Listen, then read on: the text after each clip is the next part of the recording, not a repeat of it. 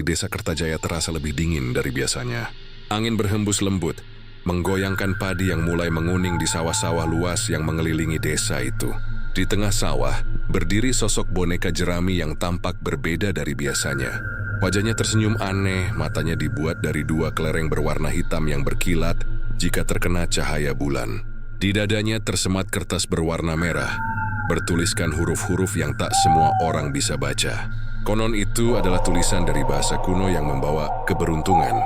Boneka jerami itu dikenal warga dengan sebutan boneka jerami Autokaya. Nama itu muncul setelah beberapa warga yang pernah menemukannya tiba-tiba mendadak kaya. Entah karena bisnisnya meledak, dapat warisan, atau menang undian besar. Tapi anehnya, tidak ada satupun dari mereka yang bisa menceritakan secara jelas bagaimana boneka itu membantu mereka. Setiap kali ditanya, wajah mereka berubah pucat lalu mengalihkan pembicaraan. Sebagian bahkan memilih pergi dari desa tanpa pamit. Cerita tentang boneka itu menyebar cepat. Awalnya hanya rumor di warung kopi, lalu jadi topik di media sosial lokal, sampai akhirnya viral di seluruh negeri.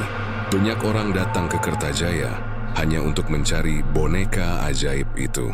Sebagian besar pulang dengan tangan kosong, tapi ada juga yang bersumpah melihatnya berdiri di tengah sawah saat tengah malam. Menatap dengan senyum, menakutkan seolah menunggu seseorang mendekat. Di rumah sederhana di pinggir desa, seorang pemuda bernama Raffi sedang menatap layar ponselnya. Video pendek tentang boneka jerami itu sedang ramai di beranda media sosialnya.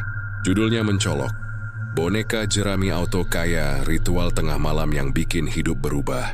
Raffi menatap video itu dengan rasa ingin tahu yang bercampur cemas. Sejak ayahnya meninggal tahun lalu, hidupnya tidak mudah.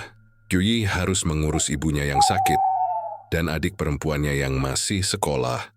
Dia bekerja serabutan, kadang jadi buruh tani, kadang bantu-bantu di bengkel motor. Uang yang was didapat nyaris tak cukup untuk kebutuhan sehari-hari. Kalau saja benar boneka itu bisa bikin orang kaya, gumam Raffi lirih. Ia tahu itu kedengarannya konyol. Tapi ketika nasib terus menghimpit, hal yang tampak mustahil pun mulai terasa masuk akal. Beberapa hari kemudian, Raffi bertemu dengan Pak Surya, penjaga sawah tua yang dikenal suka bercerita tentang hal-hal aneh.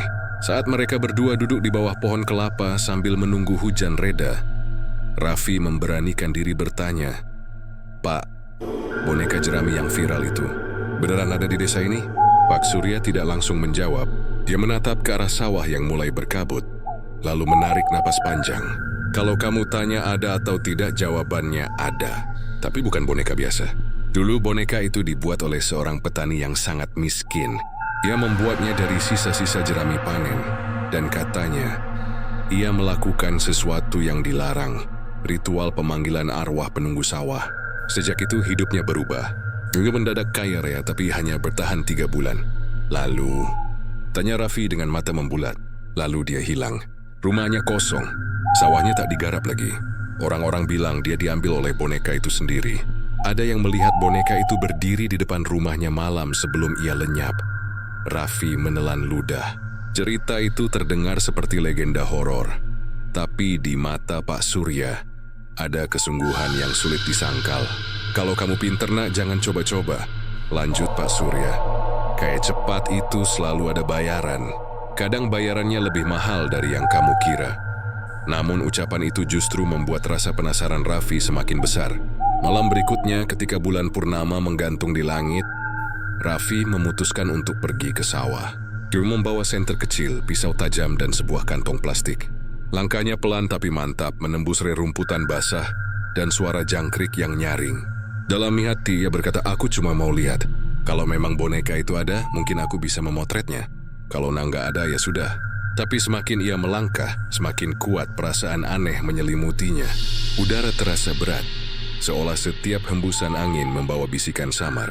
Bau tanah basah bercampur aroma anyir seperti darah, dan di tengah sawah, di bawah cahaya bulan perah, Raffi melihatnya.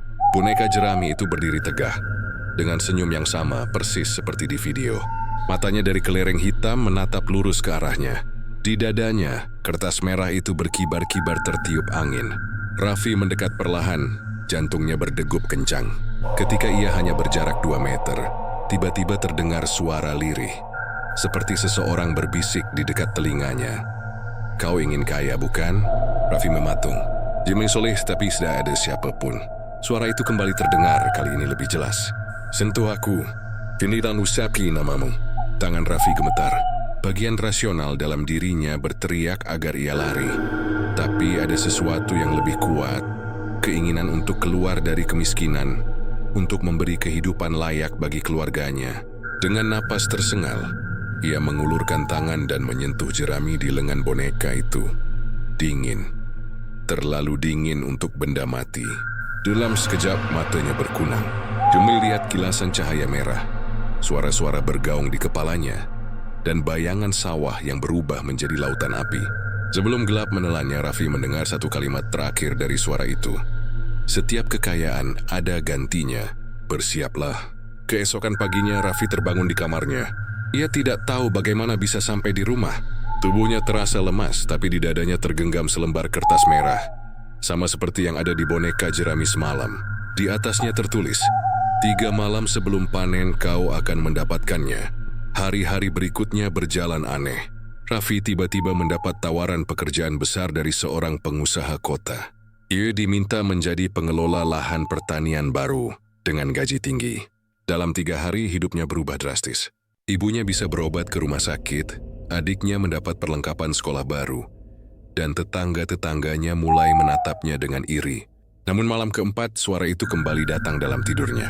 Kekayaanmu telah dibayar, sekarang waktumu untuk membayar balik. Raffi terbangun dengan keringat dingin. Di jendela, samar-samar ia melihat siluet boneka jerami berdiri di tengah pekarangan, menatap ke arahnya dengan senyum yang sama. Senyum yang kini terasa seperti kutukan. Dan dari kejauhan, suara jangkrik terhenti seolah seluruh alam pun menahan napas. Cerita tentang boneka jerami auto kaya belum berakhir. Bagi Raffi Main baru permulaan. Sudah seminggu berlalu sejak malam itu. Sejak Raffi menyentuh boneka jerami yang disebut-sebut bisa membawa kekayaan. Dan benar saja, hidupnya berubah seperti keajaiban. Ia kini bekerja sebagai pengelola proyek pertanian modern milik seorang pengusaha kaya dari kota. Gajinya besar, bahkan lebih dari cukup untuk kebutuhan keluarga. Ibunya yang dulu sakit-sakitan kini bisa berobat dengan baik. Adiknya, Nisa, bisa sekolah tanpa kekurangan apapun. Rumah mereka yang dulu reyot kini sudah mulai diperbaiki. Semua orang di desa Kertajaya memuji Raffi, menyebutnya pemuda beruntung. Namun hanya Raffi yang tahu bahwa di balik semua itu ada sesuatu yang tidak beres. Malam pertama setelah kekayaannya datang, Raffi bermimpi aneh. Julie berdiri di tengah sawah yang sama seperti saat ia pertama kali melihat boneka itu. Bedanya, kali ini langitnya merah gelap dan boneka jerami itu bergerak. Ia melangkah perlahan mendekat. Dengan suara jerami berkeresek di setiap gerakannya. Kau sudah mendapat apa yang kau minta. Sekarang bersiaplah membayar harganya. Raffi terbangun dengan tubuh menggigil dan keringat dingin. Julie menatap sekeliling kamarnya, memastikan semuanya nyata. Tapi dari jendela, ia seperti melihat bayangan sosok boneka itu berdiri di halaman rumahnya. Yui menutup tirai dengan cepat dan berusaha tidur lagi, meyakinkan diri bahwa itu hanya mimpi. Namun sejak malam itu, hidup Raffi tidak lagi tenang. Beberapa hari kemudian, hal-hal aneh mulai terjadi. Ayam-ayam di belakang rumah mati mendadak tanpa sebab. Jua air sumur mereka berubah agak keruh dan berbau. Ibunya sering mengigau di malam hari, menyebut-nyebut nama seseorang yang tak dikenal. Raffi, tadi malam ibu mimpi aneh, kata ibunya suatu pagi dengan wajah pucat. Ada sosok tinggi dari jerami datang ke rumah. Dia berdiri di depan pintu dan memanggil namamu.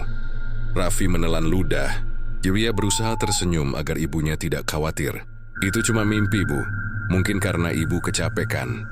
Tapi di dalam hatinya, rasa takut itu tumbuh semakin kuat. Hari berikutnya, Raffi mencoba mencari jawaban. Ia menemui Pak Surya di sawah, pria tua yang dulu memperingatkannya. Saat Raffi menceritakan semuanya, wajah Pak Surya berubah tegang. Aku sudah bilang, Nak, boneka itu bukan benda biasa. Dia bukan pembawa rezeki, tapi penagih janji. Penagih janji? Maksud Pak Surya? Pak Surya menatap jauh ke arah hamparan sawah. Boneka itu terikat dengan roh tanah. Dulu, petani yang membuatnya menukar sesuatu yang berharga, jiwanya sendiri, untuk mendapat kekayaan. Kau menyentuhnya berarti kau juga telah membuat perjanjian, dan roh itu akan datang menagih bayaran saat waktunya tiba.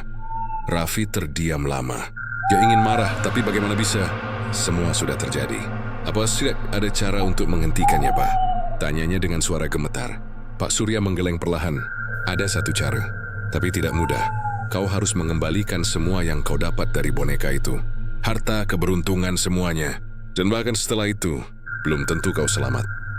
Raffi hanya bisa menunduk. Ia tak sanggup membayangkan kehilangan semuanya lagi. Tapi di sisi lain, ia tahu bahwa jika ia diam saja, sesuatu yang lebih buruk akan datang. Malamnya Raffi memutuskan untuk melakukan sesuatu yang nekat. Ia pergi ke sawah tempat boneka itu berdiri dulu. Langit malam mendung, dan hujan rintik mulai turun. Tapi ia tetap berjalan dengan membawa senter dan secarik kertas merah yang dulu ia temukan di tangannya. Begitu tiba di tengah sawah, jantungnya langsung berdegup kencang. Boneka jerami itu kembali berdiri di tempat yang sama. Soalnya sejak malam pertama ia tak pernah pergi. Aku nggak mau kaya lagi. Aku cuma mau hidup tenang, teriak Raffi sambil menatap boneka itu. Namun boneka itu tetap diam. Hanya kepalanya sedikit miring seakan mengejek.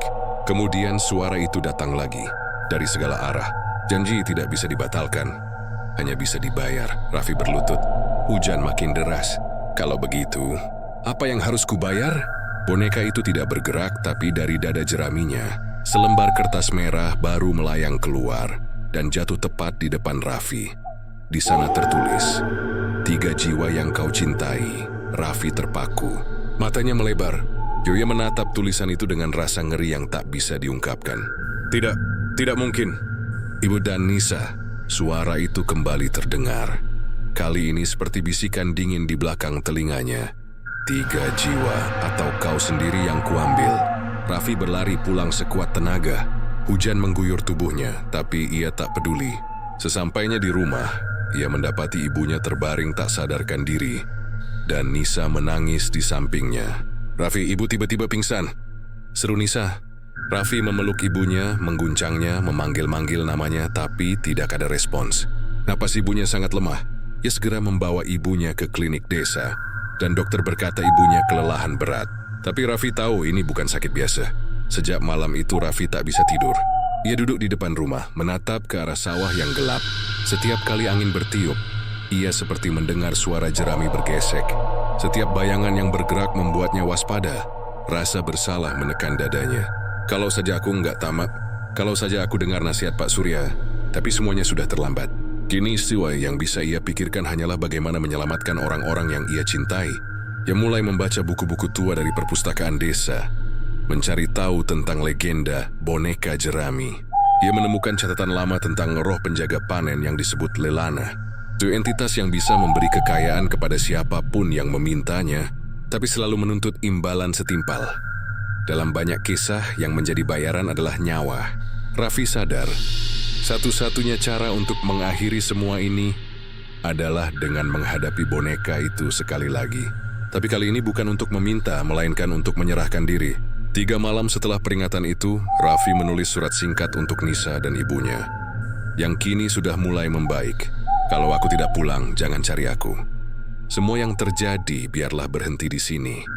Ia pergi ke sawah saat tengah malam, membawa pisau dan kertas merah yang kini sudah pudar. Boneka itu sudah menunggunya, berdiri tegak di tengah kabut. Kau datang lagi, bisik suara itu. Aku datang untuk mengakhiri ini, jawab Raffi. Ia menatap mata boneka itu, lalu menancapkan pisau ke dada jerami yang menggembung. Tapi bukannya roboh. Boneka itu justru mengeluarkan suara seperti tawa lirih. Dari luka di dadanya, keluarlah asap hitam yang berputar mengelilingi Raffi. Kau pikir bisa memutus perjanjian dengan darahmu sendiri? Tidak semudah itu, Raffi berteriak, tapi tubuhnya seperti tertarik ke dalam pusaran asap. Dunia di sekitarnya memudar, berubah menjadi ladang kosong yang hangus. Dan di tengahnya, berdiri bayangan besar dari jerami dengan wajah manusia. Sekarang kau bagian dari kami, suara itu menggema, lalu semuanya menjadi gelap. Keesokan paginya, warga menemukan sawah itu kosong. Tidak ada tanda-tanda Raffi, hanya boneka jerami yang kini memiliki wajah yang sangat mirip dengannya. Kertas merah di dadanya berubah tulisan, perjanjian lunas. Namun beberapa malam kemudian, warga mengaku melihat boneka itu tersenyum lebih lebar dari sebelumnya, seolah puas. Dan kadang jika seseorang lewat di dekat sawah itu, Mereka mendengar bisikan halus. Ingin kaya cepat. Boneka jerami auto kaya terus berdiri di sana, menunggu orang lain yang cukup putus asa untuk menyentuhnya. Cerita Raffi menjadi legenda baru di Desa Kertajaya, tentang seorang pemuda yang ingin mengubah nasibnya, tapi lupa bahwa tidak ada keberuntungan yang datang tanpa harga. Hujan deras mengguyur Desa Kertajaya malam itu. Langit gelap seperti ditelan kabut, dan petir menyambar di kejauhan. Di tengah suara gemuruh, seorang anak kecil berlari pulang dari rumah temannya, sambil membawa payung kecil yang sudah rusak di pinggirnya. Ia bernama Rian, murid sekolah dasar yang dikenal penakut tapi penasaran. Ketika ia melewati sawah di pinggir jalan, matanya menangkap sesuatu yang aneh. Di tengah kabut, di antara hamparan padi yang mulai rebah karena hujan, berdiri sosok boneka jerami dengan senyum lebar. Terlalu lebar untuk disebut normal. Matanya dari kelereng hitam tampak berkilau setiap kali petir menyambar. Rian terdiam. Ia tahu dari cerita orang-orang bahwa boneka itu adalah boneka terkutuk. Orang-orang dewasa selalu melarang anak-anak mendekat ke sawah itu malam-malam. Tapi, rasa ingin tahu anak kecil selalu lebih kuat dari rasa takut. Ia melangkah pelan, mendekat beberapa langkah. Boneka jerami auto kaya, gumamnya pelan, mengingat cerita yang sering didengarnya di sekolah. Katanya bisa bikin orang jadi kaya raya. Angin bertiup kencang. Payung kecilnya terlepas dan terbang ke arah boneka itu. Tanpa berpikir panjang, Rian berlari mengejar payungnya. Dan di saat ia meraih gagangnya, tangannya tanpa sengaja menyentuh jerami dingin di kaki boneka itu. Sekejap, hawa dingin merambat dari ujung jarinya ke seluruh tubuh. Matanya berkunang, dan di kepalanya terdengar bisikan halus. "Kau ingin sesuatu, bukan?" Rian menjatuhkan payungnya, menatap sekeliling. Tidak ada siapapun, tapi bisikan itu terdengar jelas sekali, seperti berasal dari dalam pikirannya sendiri. "Katakan keinginanmu, aku bisa memberinya." Rian gemetar. Ia ingat ibunya sering menangis di malam hari karena utang dan ayahnya yang pergi tanpa kabar. Ia tidak tahu harus percaya atau tidak, tapi kata-kata itu seperti menenangkan hatinya. Aku cuma ingin ibu nggak sedih lagi," katanya lirih. Suara itu berhenti sesaat, lalu kembali berbisik pelan. "Baiklah, kau akan mendapatkannya." Setelah itu angin berhenti, hujan reda perlahan, dan Rian merasa tubuhnya ringan. Ia menatap boneka itu sekali lagi, yang kini tampak tenang dan diam seperti sebelumnya. Lalu ia berlari pulang. Keesokan paginya, hal ajaib terjadi. Ibu Rian, yang biasanya murung karena masalah ekonomi, tiba-tiba tersenyum. Ia menerima kabar bahwa pamannya yang tinggal di kota meninggal, dan meninggalkan warisan cukup besar untuk mereka. Rumah mereka diperbaiki, makanan berlimpah, dan utang lunas dalam semalam. Semua orang di desa heran, tapi bagi Rian, ia tahu siapa yang harus dihormati. Ia tidak bercerita pada siapapun tentang kejadian semalam. Ia hanya kadang menatap sawah itu dari jauh sambil bergumam pelan, "Terima kasih, boneka jerami." Namun kebahagiaan itu tidak bertahan lama. 2 minggu kemudian, Rian mulai sering bermimpi buruk. Ia melihat sawah terbakar, jerami menjerit, dan di tengah kobaran api berdiri boneka itu, dengan wajah yang semakin mirip dirinya. Dalam mimpi itu, boneka itu berkata dengan suara parau, "Janji harus dibayar. Ingat itu." Setiap kali terbangun, Rian mendapati tubuhnya kedinginan dan tangan kirinya penuh lumpur, seolah baru saja menggali tanah. Ibunya khawatir, tapi menganggap itu hanya mimpi anak kecil. Suatu malam ketika jam menunjukkan pukul 12, Ibu Rian terbangun karena mendengar suara langkah kecil di ruang tamu. Ia bangun, berjalan pelan, dan terkejut melihat Rian berdiri di depan pintu dengan mata kosong. "Rian, kamu ngapain di situ, nak?" Rian tidak menjawab. Ia menatap keluar ke arah sawah yang gelap, lalu berkata pelan, "Aku harus pergi. Aku sudah janji." Ibunya menahan tangannya, tapi kulit Rian terasa dingin seperti es. Tiba-tiba rumah padam, dan dari kejauhan terdengar suara tawa aneh. Tawa kering seperti gesekan jerami terbakar. Keesokan paginya Rian hilang. Tidak ada jejak kakinya di sekitar rumah, hanya lumpur di lantai yang mengarah ke sawah.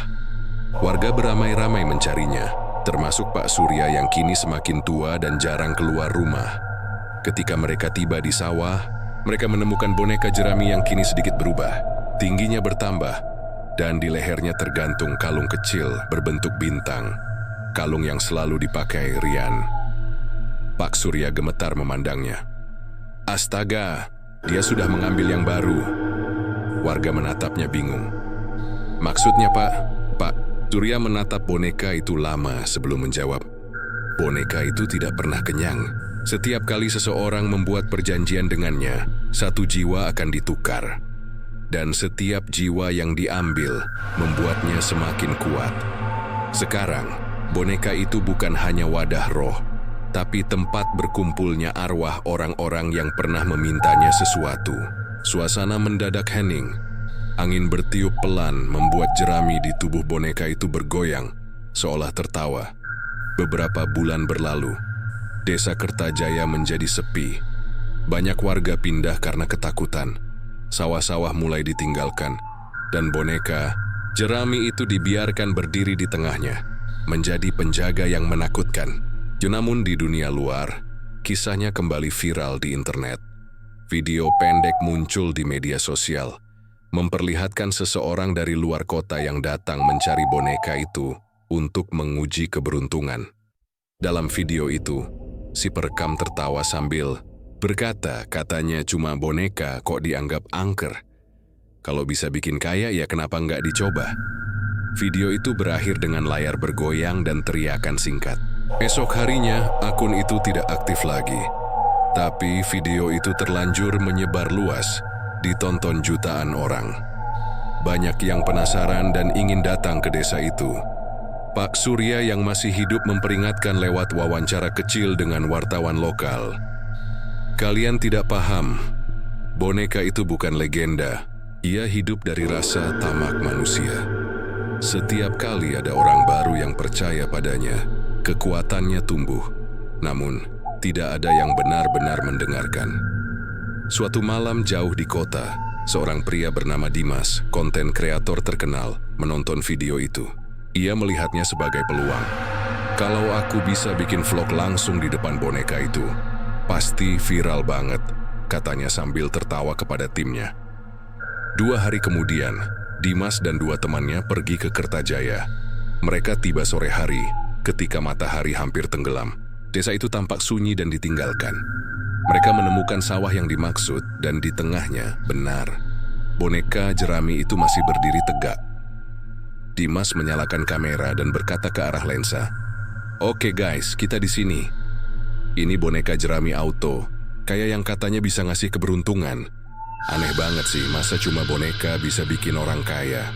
Ia berjalan mendekat, menertawakan suasananya yang menyeramkan.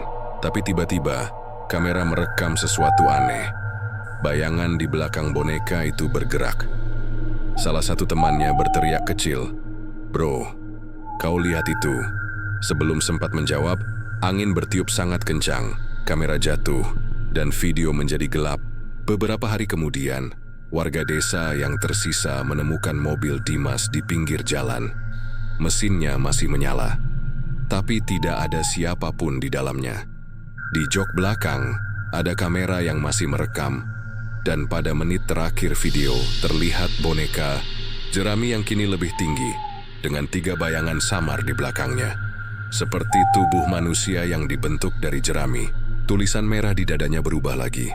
Perjanjian tidak akan mati. Boneka jerami auto kaya kini menjadi legenda yang lebih luas. Orang-orang memperdebatkan apakah itu nyata atau hanya kisah mistis yang dibuat-buat. Tapi bagi warga Kertajaya yang tersisa, mereka tahu satu hal pasti. Boneka itu tidak pernah berhenti menunggu. Ia menunggu orang baru yang datang dengan keinginan, sama seperti yang pertama kali dilakukan Raffi. Keinginan untuk mengubah nasib dengan cepat, tanpa kerja keras. Dan selama masih ada manusia yang tamak, boneka jerami itu akan terus tersenyum, Di tengah sawah di bawah cahaya bulan, dengan bisikan yang menggoda siapa saja yang lewat. Kau ingin kaya, bukan? 5 tahun telah berlalu sejak kejadian mengerikan di desa Kertajaya. Desa itu kini nyaris tak berpenghuni. Rumput liar tumbuh menutupi jalanan. Rumah-rumah dibiarkan lapuk, dan sawah yang dulu subur kini hanya menyisakan tanah kering dengan satu penanda yang masih berdiri tegak. Boneka jerami Autokaya. Walau sudah lama tak ada warga yang berani mendekat, legenda boneka itu tetap hidup. Bahkan kini lebih dari sekadar cerita rakyat. Ia telah menjadi urban legend nasional. Banyak kanal horor di internet membahasnya. Bahkan beberapa film pendek independen dibuat berdasarkan kisahnya. Tapi tidak ada yang tahu cerita aslinya sedalam yang disimpan tanah itu sendiri. Namun di kota besar jauh dari sana, seorang gadis muda bernama Nisa, adik Raffi, baru saja menyelesaikan kuliahnya. Ia kini bekerja di sebuah lembaga penelitian budaya dan mitologi. Tidak banyak yang tahu, tapi alasan Nisa memilih bidang itu bukan karena minat, melainkan karena masa lalunya yang gelap. Dia masih menyimpan luka tentang hilangnya kakaknya 5 tahun lalu, di malam hujan yang sama. Selama ini ia hanya tahu kakaknya hilang tanpa jejak, dan orang-orang bilang, mungkin Raffi kabur atau tersesat. Tapi di dalam hatinya, Nisa yakin kakaknya tidak pergi begitu saja. Suatu sore, Nisa mendapat tugas dari kantornya. Mereka hendak mengumpulkan cerita rakyat dan ritual kuno dari berbagai daerah untuk penelitian budaya. Dan salah satu lokasi yang tertera dalam daftar adalah Desa Kertajaya. Saat membaca nama itu, tubuh Nisa langsung kaku. Tangannya gemetar memegang berkas itu. Tidak mungkin, bisiknya pelan. Namun rasa penasaran dan tekad untuk mencari kebenaran mengalahkan ketakutannya. Joya mengajukan diri untuk pergi ke sana dengan alasan penelitian lapangan. 2 minggu kemudian, Nisa tiba di Kertajaya. Ia tidak mengenali lagi desa tempat ia lahir. Rumah-rumah kosong, jalan retak, dan suara burung gagak menggema di antara pepohonan mati. Ia hanya membawa tas ransel, kamera, buku catatan, dan perasaan campur aduk antara rindu dan ngeri. Di tengah desa, ia bertemu dengan satu-satunya warga yang masih tinggal di sana. Pak Surya, yang kini sudah renta, rambutnya memutih semua, dan tubuhnya kurus seperti batang padi kering. Begitu melihat Nisa, pria itu tertegun lama. "Kau anak Raffi ya?" katanya lirih. Nisa mengangguk pelan. "Saya ingin tahu apa yang sebenarnya terjadi sama Kak Raffi, Pak." Pak Surya memandang ke arah sawah yang jauh, lalu menarik napas panjang. "Kau sudah dewasa, Nisa. Mungkin sudah waktunya kau tahu semuanya." Mereka duduk di beranda rumah bambu yang hampir roboh. Suara jangkrik terdengar samar. Pak Surya mulai bercerita dengan suara serak. Boneka itu dulu diciptakan bukan untuk kekayaan, tapi untuk melindungi panen dari roh jahat. Tapi manusia berubah, Nisa. Ada petani yang menambahkan mantra pemanggil roh demi keuntungan. Dari sanalah asal malapetaka itu. Nisa mendengarkan dengan mata berkaca-kaca. "Raffi, kakakmu, dia orang baik, tapi keputusasaannya membuatnya melakukan hal yang sama seperti petani dulu. Dia menyentuh boneka itu, membuat perjanjian tanpa tahu apa akibatnya. Seiba malam itu dia lagi sama, hingga akhirnya roh boneka itu menagih janjinya dan membawanya pergi." Air mata mengalir di pipi Nisa. "Jadi, dia tidak mati." Pak Surya menatapnya lama lalu berkata pelan, "Tidak sepenuhnya. Roh boneka itu mengambil jiwanya. Mungkin ia masih ada di dalam boneka itu." Kata-kata itu menusuk hati Nisa. Ia menatap ke arah sawah, tempat sosok boneka itu berdiri jauh di tengah kabut sore. "Aku akan membawanya pulang," katanya dengan suara tegas. Pak Surya menatapnya ngeri. "Jangan, Nisa, kutukan itu tidak bisa dipatahkan. Siapapun yang mencoba akan ikut terikat." Namun tekad Nisa sudah bulat. Malam itu ia pergi sendirian ke sawah. Bulan setengah menggantung di langit, dan kabut mulai turun perlahan. Setiap langkahnya terdengar lembab di atas tanah yang berlumpur. Boneka jerami itu tampak dari jauh, berdiri tegak dengan kain merah di dadanya. Begitu ia mendekat, udara di sekitarnya terasa berat. Angin berhenti berhembus. Tidak ada suara jangkrik, tidak ada suara malam. Hanya kesunyian yang menekan dada. Nisa berlutut di depan boneka itu. "Kak Raffi, kalau kau masih di sana, ku datang untuk menjemputmu." Tiba-tiba dari balik jerami terdengar suara serak yang sangat pelan, hampir seperti napas. "Nisa, pergilah. Mata Nisa membulat. Tuh suara Raffi. Air matanya jatuh. "Kak, aku di sini. Aku mau bantu." Jerami di tubuh boneka itu mulai bergetar seperti hidup. Wajah boneka itu perlahan berubah. Jerami-jerami di wajahnya bergeser membentuk garis mirip wajah manusia. Dan dalam kegelapan, mata itu menatapnya dengan tatapan sedih yang tak mungkin salah. Itu tatapan kakaknya. "Kau harus pergi." Sebelum dia datang, "Siapa?" tanya Nisa gemetar. Belum sempat ada jawaban, tanah di sekitar mereka bergetar. Dari dalam sawah muncul bayangan hitam besar. Tubuhnya terbuat dari jerami basah dan lumpur. Wajahnya tanpa bentuk. Suara gemeretak jerami bergesek mengiringi setiap langkahnya. "Kau mengganggu perjanjian." Nisa berlari mundur, tapi bayangan itu bergerak cepat. Boneka jerami di depannya bergetar semakin keras, seolah menahan sesuatu. Suara Raffi kembali terdengar, kali ini seperti berteriak, "Nisa, bakar aku." Hanya api yang bisa memutus ikatan ini. Nisa menatap sekeliling dengan panik. Tangannya gemetar, tapi ia ingat korek api yang selalu dibawanya di tas. Dengan air mata berlinang, ia menyulut sebatang korek dan melemparkannya ke boneka itu. Jerami langsung menyala, api menjilat tubuh boneka dengan cepat. Asap hitam tebal membubung ke langit, disertai jeritan nyaring. Bukan hanya satu, tapi seperti banyak suara dari dalam jerami yang menjerit bersamaan. Bayangan hitam itu meraung dan perlahan lenyap tertelan api. Nisa terduduk lemas di tanah, menatap api yang melahap boneka itu sampai tak tersisa. Di tengah asap, ia melihat sekelebat wajah kakaknya tersenyum. Tenang, damai. "Terima kasih, adikku." Kemudian semuanya menghilang. Keesokan paginya, warga yang tersisa menemukan sawah itu hangus terbakar. Tidak ada boneka jerami, tidak ada tanda-tanda Nisa semalam. Namun di tengah tanah yang gosong, mereka menemukan kalung kecil milik Raffi dan sebuah buku catatan. Di halaman terakhir buku itu tertulis tulisan tangan. "Kutukan telah berhenti, tapi selagi manusia masih tamak, roh yang sama akan selalu menemukan wadah baru." 3 bulan kemudian, di kota seorang pedagang barang antik menemukan sebuah topeng jerami aneh di pasar Loak. Ia membelinya karena unik dan memasangnya di dinding tokonya. Tak lama setelah itu, tokonya mulai ramai pembeli. Usahanya maju pesat. Namun setiap malam, ia mendengar suara bisikan lembut dari arah topeng itu. "Kau ingin lebih kaya lagi, bukan?" Dan dengan itu, legenda boneka jerami tidak benar-benar berakhir. Dia hanya berubah bentuk. Dari penjaga sawah menjadi roh keserakahan yang menunggu tempat baru untuk hidup kembali. Dimanapun manusia menginginkan kekayaan instan, di sanalah ia akan muncul dengan senyum jerami yang sama dan janji yang terdengar manis tapi berujung mengerikan. Waktu terus berjalan. 2 tahun sudah berlalu sejak insiden terakhir di desa Kertajaya. Insiden yang membuat nama desa itu resmi dihapus dari peta pemerintahan daerah. Tak ada lagi yang berani menyebutnya. Tanahnya dibiarkan kosong, penuh semak, dan hanya sesekali menjadi topik di forum-forum horor daring yang membahas desa yang hilang karena kutukan. Namun, hal yang tak diketahui banyak orang adalah bahwa kutukan itu belum benar-benar mati. Jenis Hachibu pindah tempat.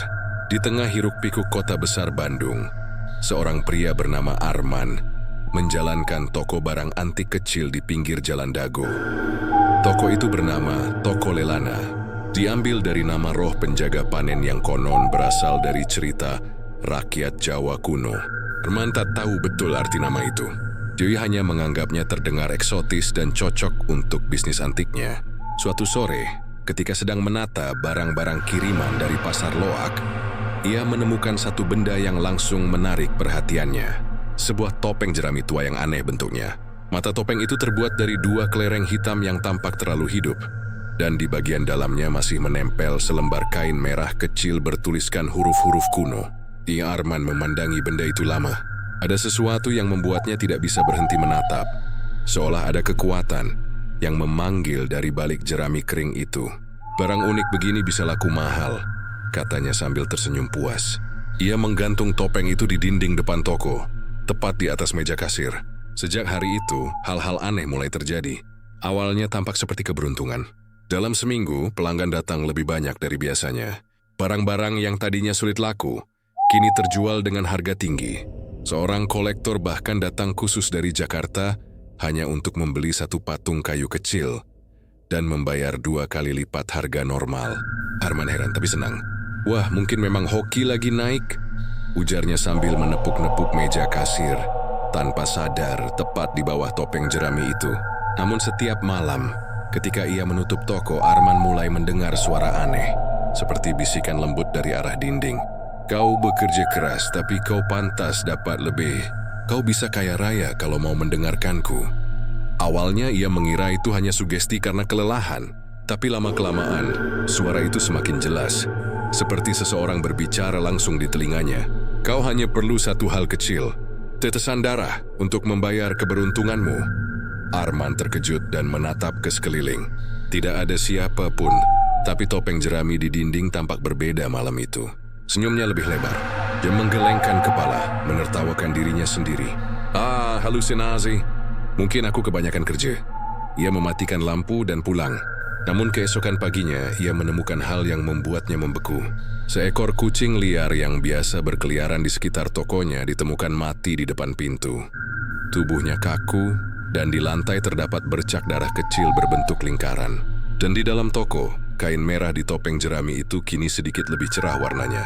Hari demi hari, Arman semakin makmur. Toko Lelana menjadi terkenal di kalangan kolektor. Media lokal bahkan menulis artikel berjudul "Keberuntungan Toko Antik Ajaib" yang tak pernah sepi pembeli. Namun bersama kekayaan itu, Arman mulai berubah. Jadi menjadi lebih temperamental, serakah, dan mudah marah. Asistennya Dina, yang sudah bekerja bersamanya selama 3 tahun, mulai khawatir. Pak, belakangan ini Bapak kelihatan beda. Bapak sering bicara sendiri malam-malam, ujar Dina hati-hati. Arman menatapnya dengan mata merah lelah. Kau tahu apa tentang kerja keras, ha? Kalau aku kaya itu karena aku pantas, katanya keras. Dina mundur ketakutan. Tapi sebelum pergi, ia sempat melihat sekilas ke arah topeng di dinding. Tak kenapa dia merasa benda itu menatapnya. Suatu malam Arman duduk sendirian di toko, menatap lembaran uang hasil penjualan. Suara itu kembali terdengar, lebih kuat dari sebelumnya. Kau sudah berhasil, tapi kau bisa dapat lebih. Cukup satu lagi, darah manusia bukan binatang. Arman menutup telinganya, tapi suara itu terus menggema di kepalanya. Ia menatap topeng itu dengan mata membulat. Kau siapa sebenarnya? Teriaknya. Dan topeng itu tertawa. Suara tawa kering seperti gesekan jerami. Aku yang memberimu segalanya. Aku yang membayar harga dari keberuntunganmu. Tapi setiap keberuntungan harus dibayar kembali. Arman menjerit berlari keluar toko. Tapi begitu ia membuka pintu, ia melihat bayangan besar dari jerami di jalanan yang kosong. Sosok itu tidak memiliki wajah. Hanya 2 mata hitam dan senyum panjang yang sama seperti topeng di tokonya. Ia menutup pintu cepat-cepat, gemetar, keringat dingin menetes di pelipisnya. Keesokan harinya, Dina datang ke toko, tapi tidak menemukan Arman. Toko terkunci dari dalam. Setelah dibantu warga membuka paksa, mereka menemukan ruangan kacau balau. Barang-barang antik pecah, meja terbalik, dan dinding penuh coretan dengan tulisan darah. Aku kaya, aku bebas. Namun tidak ada tanda-tanda Arman. Hanya topeng jerami di dinding yang kini terlihat lebih besar, dan di bagian bibirnya tampak noda merah segar. Dina menjerit ketakutan dan lari keluar. Sejak hari itu toko itu ditutup permanen oleh polisi. Tapi dalam seminggu, kabar mulai beredar bahwa toko itu berhantu. Beberapa orang yang lewat malam-malam mengaku melihat cahaya redup dari dalam, serta mendengar tawa pelan yang membuat bulu kuduk berdiri. Sementara itu, jauh di tempat lain, seorang mahasiswa seni bernama Bagas menemukan berita tentang penutupan toko Lelana. Ia yang sedang menyiapkan proyek skripsi bertema simbolisme dan mitos dalam karya seni, merasa tertarik. Dia mencari tahu lebih dalam, hingga menemukan foto lama topeng jerami itu. Entah kenapa, ia merasa seperti pernah melihatnya. Jadi terus penelusuri, sampai akhirnya menemukan artikel tentang boneka jerami auto kaya dari desa Kertajaya. Ini sama persis, gumamnya kaget. Semakin ia baca, semakin kuat rasa penasaran itu. Beberapa hari kemudian, ia memutuskan datang ke lokasi toko itu diam-diam, membawa kamera dan senter. Dwi ingin merekam dokumenter singkat untuk tugas kuliahnya, dan mungkin sedikit mencari sensasi. Malam itu Tia masuk melalui jendela belakang. Toko itu berdebu dan gelap, hanya suara detak jam tua yang masih berfungsi. Bagas menyalakan senter dan mengarahkan ke dinding depan. Topeng jerami itu masih di sana. Namun sesuatu terasa salah. Mata kelereng di topeng itu mengikuti arah gerakannya. Dan ketika ia mendekat, seolah-olah senyumnya semakin lebar. Ia mengangkat kamera. Hari ini, aku berada di lokasi toko legendaris yang katanya berhantu. Tiba-tiba, lampu senter padam. Ruangan menjadi gelap total. Lalu terdengar bisikan di dekat telinganya. Kau juga ingin kaya, bukan? Jeritan Bagas menggema malam itu, tapi tidak ada yang mendengarnya. Keesokan paginya, polisi kembali ke lokasi karena laporan warga tentang suara aneh. Mereka menemukan kamera jatuh di lantai. Di rekaman terakhir, tampak Bagas tersenyum ke kamera. Lalu di belakangnya muncul bayangan besar menyerupai manusia jerami. Setelah itu video bergetar keras dan suara tawa jerami memenuhi layar. Kini topeng jerami itu tidak lagi terlihat di dinding. Tak ada yang tahu kemana perginya. Namun beberapa hari kemudian, sebuah akun lelang daring memposting barang antik baru. Topeng tradisional dari jerami kuno. Konon membawa keberuntungan bagi pemiliknya. Harga awal 5.000. Dan dalam 1 jam sudah ada ratusan orang menawar. Kutukan dari sawah itu telah menemukan rumah barunya di dunia modern, di tangan manusia yang tetap sama. Serakah, penasaran, dan haus keberuntungan instan. Boneka jerami auto kaya tidak lagi berdiri di sawah gelap Kertajaya. Tapi kini, menatap dari layar ponsel, siapapun yang tergoda membeli keberuntungan murah. Dan bisikan itu seperti virus menyebar lagi. Kau ingin kaya, bukan? Senyum jerami tak pernah pudar. Hanya berganti tempat, dari ladang mati ke dunia digital. Menunggu manusia berikutnya yang cukup bodoh untuk mendengar panggilannya. Sudah 3 bulan sejak kejadian misterius di toko Lelana, dunia internet mulai kembali tenang, dan berita tentang hilangnya seorang mahasiswa bernama Bagas pun perlahan tenggelam di antara berita-berita baru. Namun bagi sebagian orang yang peka terhadap hal-hal aneh, mereka tahu bahwa sesuatu belum benar-benar berakhir. Di sebuah kamar kecil di kosan Bandung Timur, seorang gadis bernama Rani sedang menatap layar laptopnya dengan wajah serius. Dia adalah sepupu Bagas dan juga mahasiswa di universitas yang sama. Sejak Bagas menghilang, keluarganya hancur. Polisi menyatakan kasusnya tidak cukup bukti dan hanya menganggapnya sebagai kecelakaan atau pelarian diri.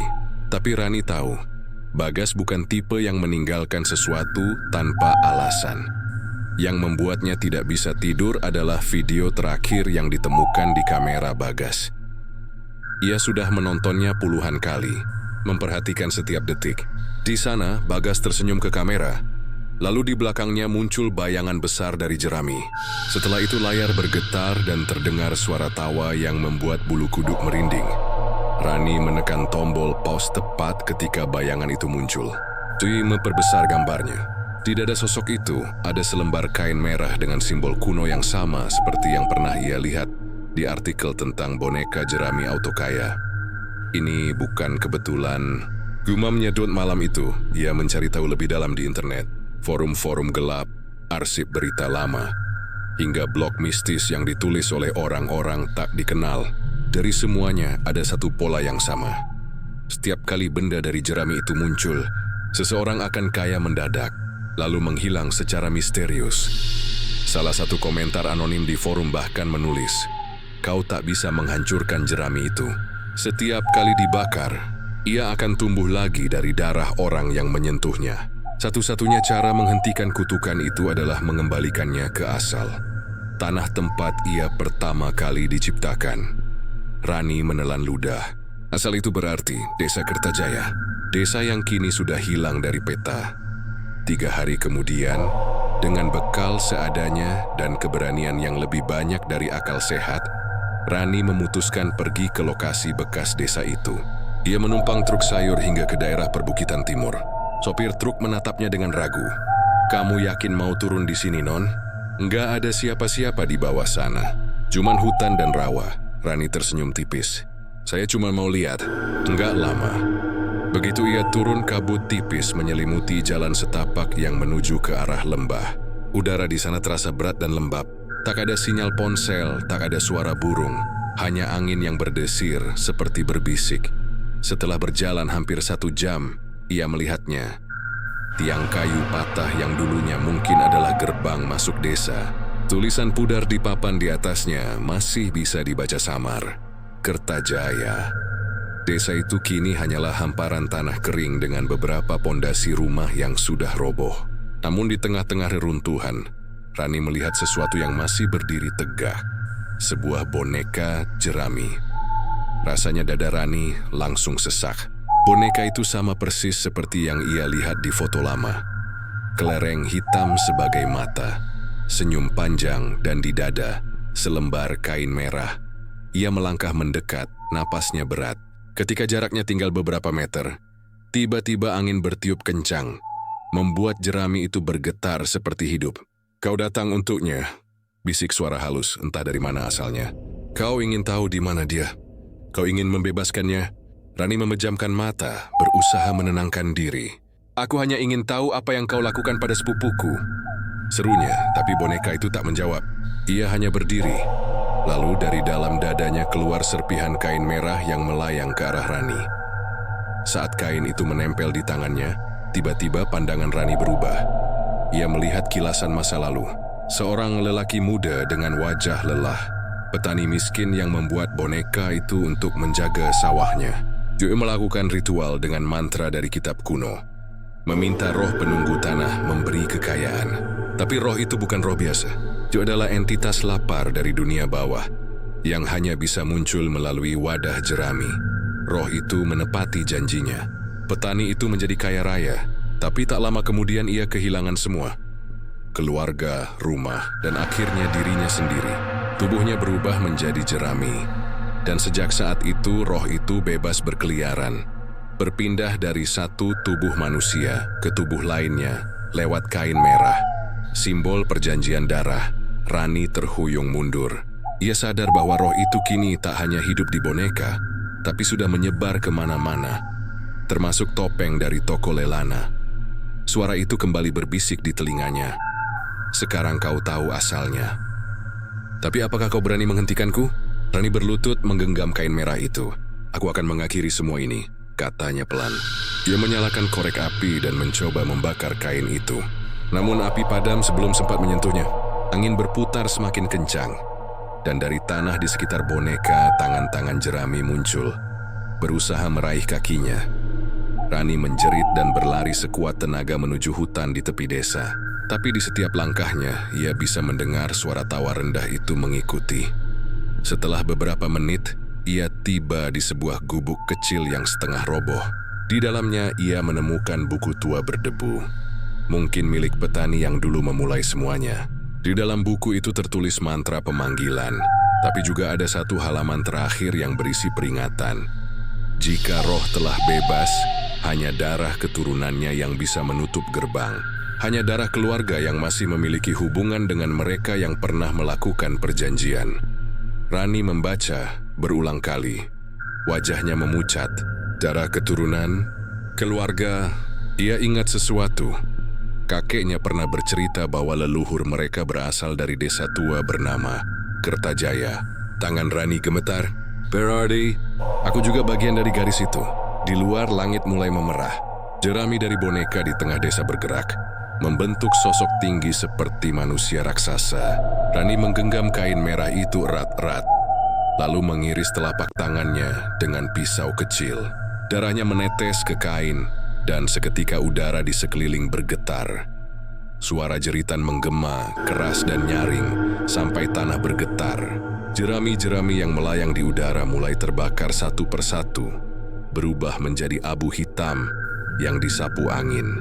Boneka raksasa itu melengking sebelum akhirnya runtuh, menyisakan bau hangus dan keheningan. Rani terjatuh, lemas tapi masih hidup. Di tangannya kain merah itu kini berubah menjadi abu. Dia mentap langit yang mulai cerah, menangis lega.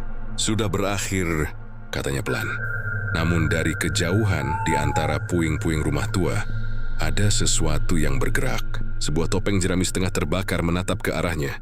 Mata kelerengnya masih berkilat, dan di sudut mulutnya senyum itu muncul lagi. "Kau pikir mudah memutus darah sendiri?" Rani membeku, nafasnya tercekat. Beberapa hari kemudian, warga sekitar melaporkan kebakaran kecil di hutan dekat lembah.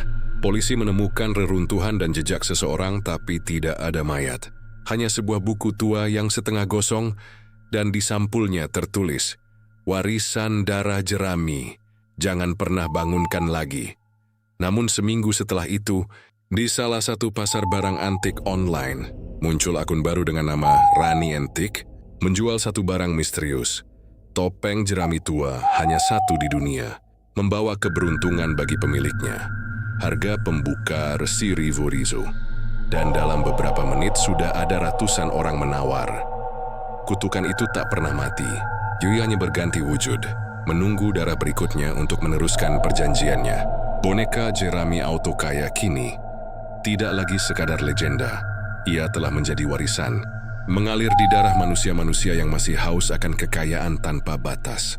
Dan entah di mana, di balik layar ponsel seseorang yang sedang menawar topeng itu, terdengar lagi bisikan halus yang sama seperti dulu. Fajar baru menyingsing di Bandung, tapi suasana kota terasa berat. Di sebuah kamar apartemen kecil lantai 6, Rani terbangun dengan keringat dingin. Ia menatap ke sekeliling dengan napas tersengal, berusaha meyakinkan diri bahwa mimpi yang baru dialaminya bukan kenyataan. Dalam mimpinya, ia berdiri di tengah hamparan sawah yang terbakar. Sementara dari kejauhan, boneka jerami raksasa menatapnya dengan mata hitam menyala. Dari mulutnya keluar suara lirih, seolah mengejek. Darah tak pernah bisa melawan asalnya. Rani menatap telapak tangannya yang masih memiliki bekas luka dari peristiwa di Desa Kertajaya. Luka itu belum sembuh, dan setiap malam terasa berdenyut seperti ada sesuatu yang hidup di dalamnya. Ia tahu kutukan itu belum benar-benar berakhir. Beberapa minggu berlalu, toko online yang ia buat dengan nama Rani Antik mendadak ramai. Barang-barang antik yang ia jual, terutama topeng jerami yang katanya membawa keberuntungan, selalu laku dalam hitungan menit. Uang mengalir deras ke rekeningnya. Namun bersamaan dengan itu, kabar aneh mulai muncul. Orang-orang yang membeli topeng darinya dilaporkan menghilang satu persatu. Ada yang ditemukan tak sadarkan diri. Ada yang hilang tanpa jejak. Rani menatap layar laptopnya dengan tangan gemetar. Ia membaca berita online dengan judul besar. Pembeli barang antik misterius ditemukan tak bernyawa di rumahnya. Dada ditempeli kain merah. Air matanya jatuh tanpa ia sadari. "Tidakkah aku tidak bermaksud seperti ini?" bisiknya. Ia mencoba menutup tokonya, menghapus semua akun media sosial, tapi layar laptopnya tiba-tiba berkedip. Tulisannya berubah sendiri. Muncul kalimat dalam huruf merah. "Kau sudah memulai perjanjian. Tidak bisa berhenti di tengah jalan." Sejak saat itu, hidup Rani berubah menjadi mimpi buruk. Setiap malam, ia mendengar suara langkah kaki di koridor apartemennya. Setiap kali ia menatap cermin, ada bayangan jerami berdiri di belakangnya, tersenyum. Suatu malam, ia menemukan sesuatu yang membuat darahnya berhenti mengalir. Di meja makan apartemennya, tergeletak kain merah yang sama seperti yang dulu ia bakar di Desa Kertajaya. Kain itu kini utuh kembali, dan di tengahnya tertulis huruf kuno baru. 3 hari lagi, Rani menjerit dan membuang kain itu ke tong sampah. Tapi keesokan paginya kain itu kembali muncul di atas bantalnya. Dengan tulisan tambahannya, "Pilih kau atau dunia." Rani tahu ia tidak bisa lagi lari. Ia mengingat buku tua yang pernah ia temukan, warisan darah jerami. Dalam halaman terakhir yang gosong tertulis samar. Hanya api dari dalam darah sendiri yang bisa menutup gerbang. Jika darah keturunan menolak, roh akan menyebar ke seluruh dunia. Ia merenung lama. Kalimat itu berarti ia harus mengorbankan dirinya agar kutukan itu berhenti. Tapi di dalam hatinya masih ada keraguan. Dia masih muda, ingin hidup, masih punya keluarga. Namun malam kedua, ketika ia membuka jendela, ia melihat sesuatu yang membuatnya tak punya pilihan lagi. Langit di atas kota berwarna oranye gelap, dan di antara gedung-gedung tinggi, tampak bayangan jerami berjalan di atap rumah orang. Dari arah timur, ribuan serpihan jerami berterbangan seperti badai, dan setiap kali menyentuh kaca, muncullah simbol merah yang sama seperti yang ada di kain itu. Suara jerami bergesekan memenuhi udara. 3 hari sudah terlalu lama, darah muda. Rani memutuskan pergi. Yuria membawa buku tua, kain merah, dan pisau kecil. Tujuannya satu, kembali ke desa Kertajaya, tempat semua ini bermula. Perjalanan ke sana tidak mudah. Jalan setapak yang dulu ia lalui kini tertutup kabut tebal.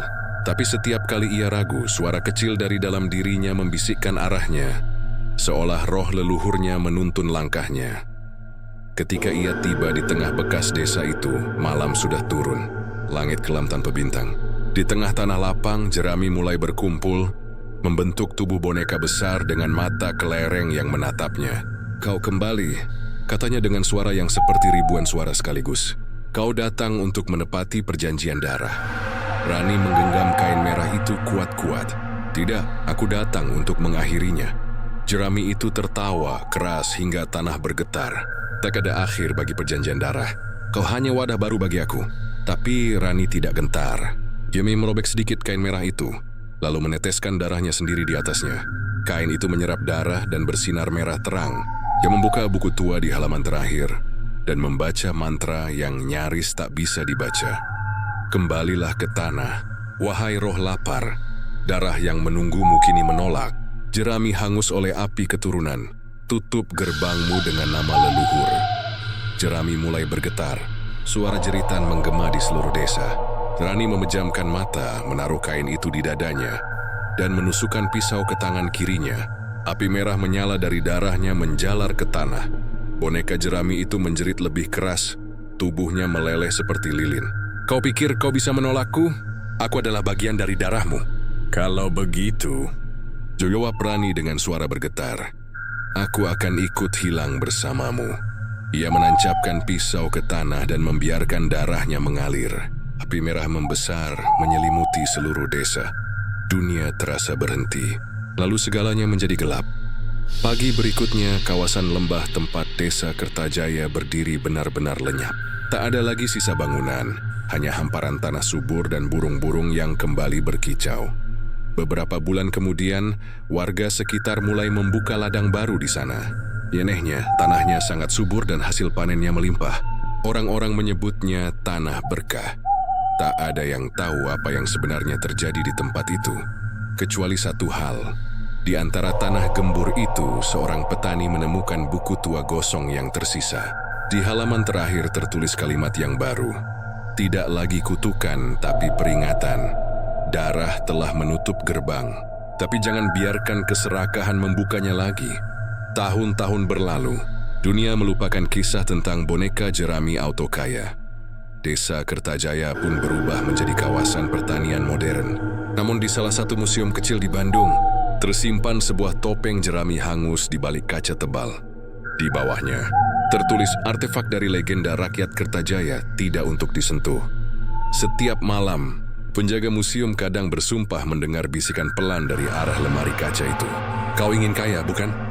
Tapi tidak ada yang berani menjawab, karena semua tahu, meski kutukan itu telah dipadamkan oleh darah keturunan terakhir, keserakahan manusia tidak pernah benar-benar mati. Dan selama masih ada hati yang ingin jalan pintas menuju kekayaan, jerami itu akan selalu menunggu. Diam, sabar, mengintai, menunggu waktu untuk bangkit kembali. Sampai suatu hari nanti, seseorang yang tak tahu sejarahnya akan memecahkan kaca itu, dan dunia akan mendengar tawa kering yang dulu pernah mengguncang desa Kertajaya.